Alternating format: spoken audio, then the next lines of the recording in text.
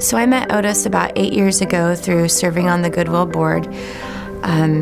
He always greeted me with a warm smile, a nod, and said, "Madam Chair," and always made me feel at home. So whenever I first joined, I was like a young nobody in town, and then there was Otis Peaks on the board, and he was so intimidating, but in the best way possible, because he was such like a figure of knowledge and expertise, and everyone looked up to him. Otis was a very generous man. He gave of his time, talent, and treasures, and he was extremely smart and extremely generous.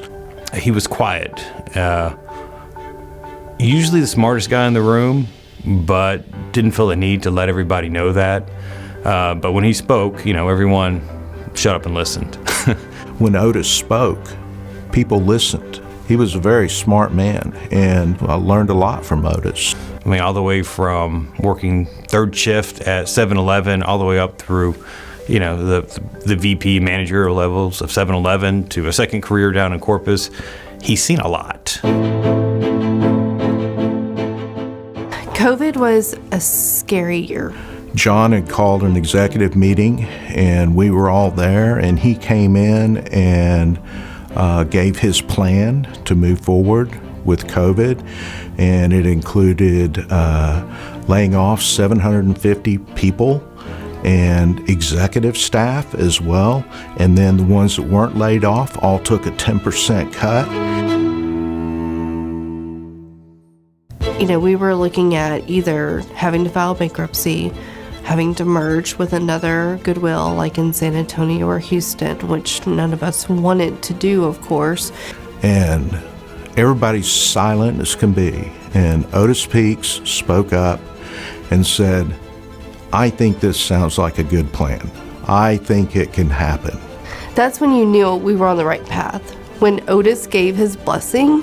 And when he said it was going to be okay, people believed it because of who he was and what he'd been through.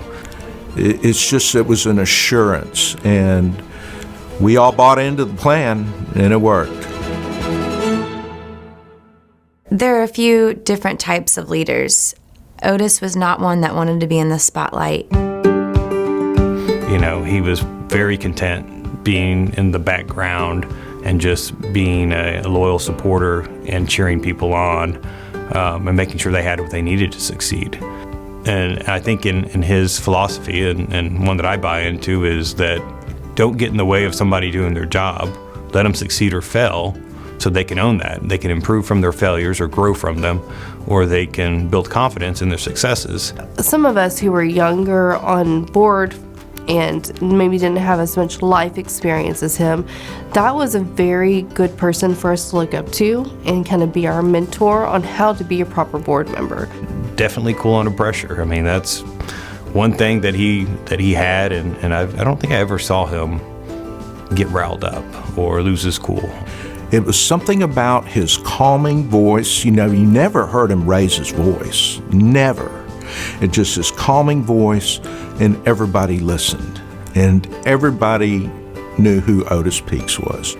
Decisions that the board made were often led by Otis. I frequently looked to him for the right response, the right words, and he never failed, and he always had great one-liners. He's like, back in Chicago, they used to say, sprinkle a little drama on them. Sprinkle a little drama on it. If you want to know how someone will really react in a situation, just sprinkle a little drama.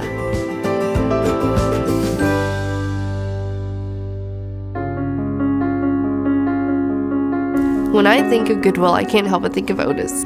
Otis really embraced the mission, and he really embodied the Goodwill spirit and, what we do here. I couldn't think of a better person to name this award after, and a better person to honor as the inaugural Otis Peaks Board Member of the Year award.